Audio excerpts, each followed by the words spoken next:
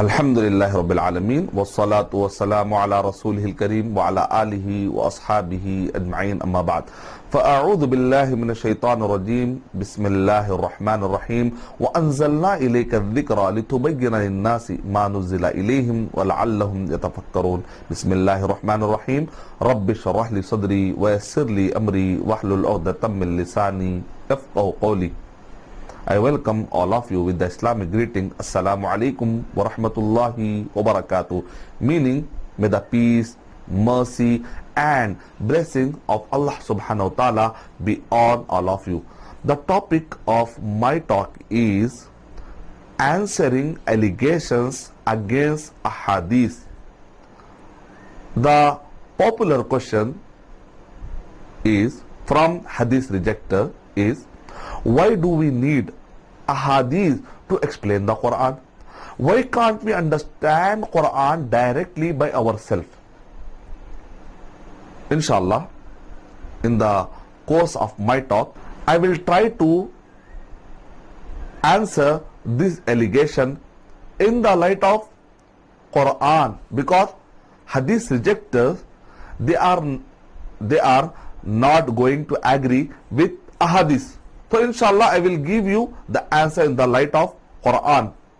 So our answer is, why we have to follow a hadith? Why can't we understand Quran directly by ourselves? Then our answer is, because Quran itself orders Prophet Muhammad sallallahu alaihi wasallam to explain the Quran to the whole mankind.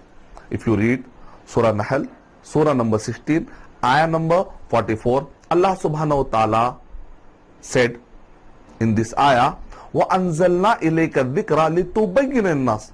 O Prophet Muhammad sallallahu alaihi wasallam, we have sent down the dhikr, and your duty is to explain this dhikr to the mankind. Allah subhanahu wa ta'ala did not say, O Prophet Muhammad sallallahu alaihi wasallam, your duty is to deliver the Quran. No. Allah subhanahu wa ta'ala did not say, لِتُعْتِيَ النَّاسِ. Allah subhanahu wa ta'ala said, لِتُبَيِّنَ لِلنَّاسِ. Prophet Muhammad sallallahu alaihi wasallam was not like a postman, but in fact he was the messenger, teacher and the interpreter of the Quran. Prophet Muhammad sallallahu alaihi wasallam was a teacher, a muallim, and muallim's duty is not just to convey the word, but in fact he has to explain their meaning. This is simple logic.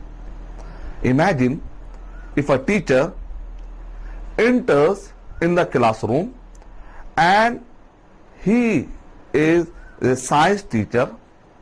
Imagine a science teacher making the student by heart science instead of explaining it. Assalamu alaikum students, I am your science teacher, and he began to explain that E is equal to mc square. Tomorrow I will show you another concept. Hope you have understood. If I don't explain properly, then the student will ask me, sir, are you a postman or a teacher? With this example, we can easily conclude that the muallim means to explain the syllabus, and the muallim's duty is to explain the Quran, and Prophet Muhammad sallallahu alaihi wasallam was a muallim, which means we have to obey and we have to follow a hadith to understand the explanation of the Quran. And I would like to give you 6 types of Quranic evidences which are clearly proving that we need a hadith to understand the Quran in the right perspective. First evidence is, the Sunnah explain the commands of the Quran in detail.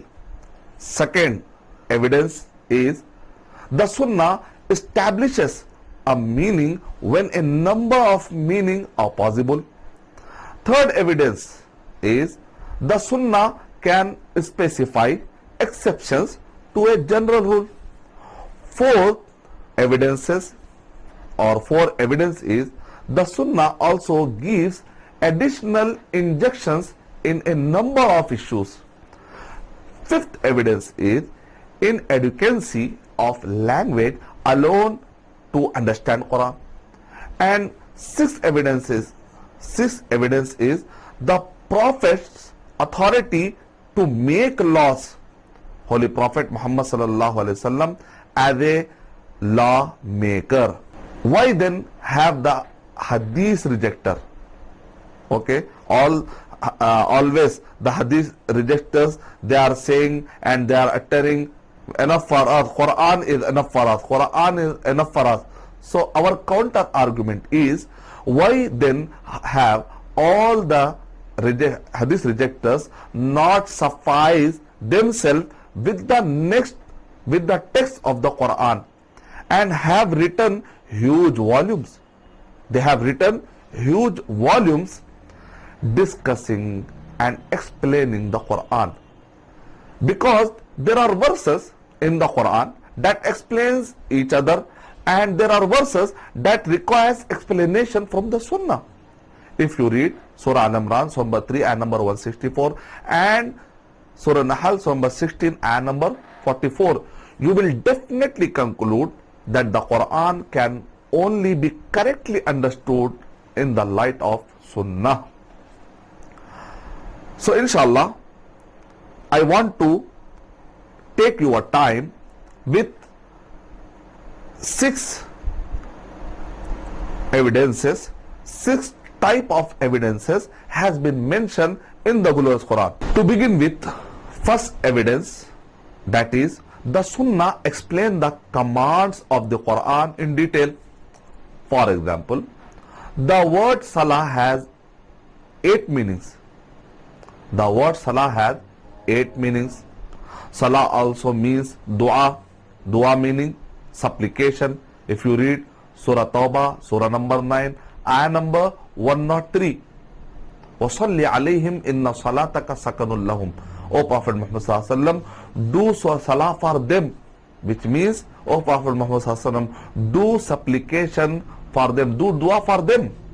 And salah means sana. Sana means praising. Ulaika, Allah subhanahu wa ta'ala said in Surah Ahzab, Surah 33, ayah number 56, Inna Allah wa malaikatahu yusalluna ala nabi.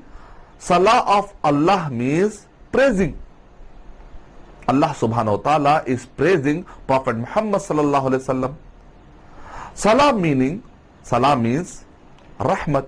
Rahmah means mercy. If you read Surah Baqarah, Surah number 2, ayah number 155, 156, 157, 158, Ulaika alayhim salawatum min rabbihim wa rahma. In this ayah, Allah subhanahu wa ta'ala said salah means other rahmat. And salah means as-salatu ala nabi, darude Ibrahimi. If you read Surah Ahzab, Surah number 33, ayah number 56, in this ayah, Allah subhanahu wa ta'ala commands us to do darood, to do salat ala nabi, salah on Prophet Muhammad sallallahu alaihi wasallam. What it means? It means Allahumma salli ala Muhammad wa ala ali Muhammad kama sallaita ala Ibrahim wa ala ali Ibrahim innaka Hamidum Majid. Allahumma barik ala Muhammad wa ala ali Muhammad kama barakta ala Ibrahim wa ala ali Ibrahim innaka Hamidum Majid. And if you read Surah Hajj, you will find the word salawatun. It is a Hebrew word and also used in Arabic language. Salawatun means these are the place of worship of Jews.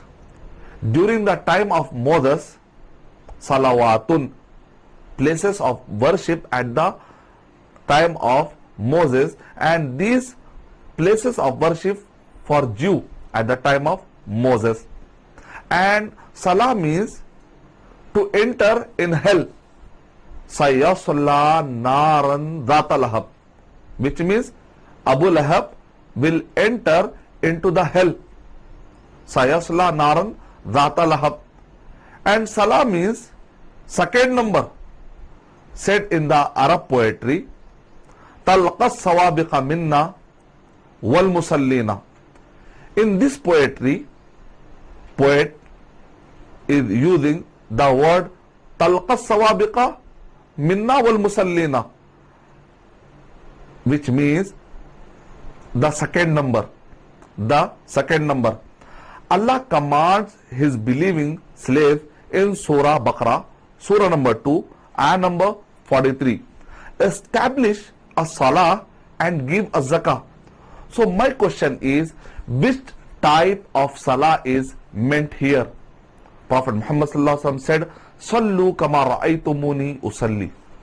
Pray the salah as you have seen me praying. It will be easier if we imitate what has been taught by Prophet than breaking our heads for the feasible meanings. Imagine if a person reads Sayasla Naran Zata Lahab, which means that, and then Sayasla Naran Zata Lahab. If any person reads this ayah, Abu Lahab will enter into the hellfire. Sayasla means entering into the hellfire. And then after reading this, he kindles a fire every now and then, thinking he is offering salah. Then someone can ask him, hey mister, you were Muslim earlier, how come you became a fire worshipper? In Arabic, the word salah comes from the root word silwain, meaning two major veins which runs from the back to the two legs also. Now, when we do ruku in our salah, these two ways give movement. But if someone doesn't understand, the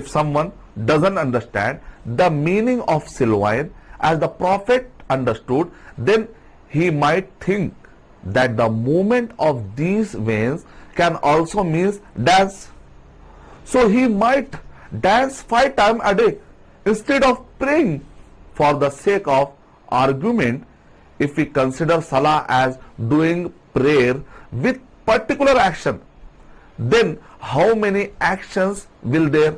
How many times? In what manner? All this well explained only in the ahadith. And Prophet Muhammad sallallahu alaihi wasallam is a clear example and demonstrator for us. I would like to give you a list of example from the Quran in which the feasible meaning cannot be guessed, but in fact requires hadith for explanation. There are so many ayat where questions are raised as to how and what is it. For example, what is the meaning of salah? How should we perform, and how many rakat should be there? In Surah Baqarah, number 2 and number 43. What is the meaning of zakah? How much do we have to pay, and how many times do we have to pay? In Surah Baqarah, number 2 and number 43. And if you read Surah Baqarah, Surah number 2 and number 187, what is the meaning of Al-Khaytul Abyadu وَكَذَلْ Al-Khaytul Abyad min Al-Khaytul Aswad? What is the meaning of this and that? And if you read Surah Baqarah, Surah number 2 and number 197, in this ayah, Allah prescribed that there are the months of Hajj. Now, which month are meant here? And if you read Surah Tawbah, Surah number 9, ayah number 36, in this ayah, it is said that there are 4 months which are sacred. Now, how does one know which months? In Surah Maida, Surah number 5, ayah number 38, in this ayah, there is a command to chop off the thief's hand. Now, which area of the hand is mentioned? Complete hand or a part of hand? or part of it. If you read Surah Jummah, Surah number 62 and number 9, here there is a command from Allah subhanahu wa ta'ala that when you are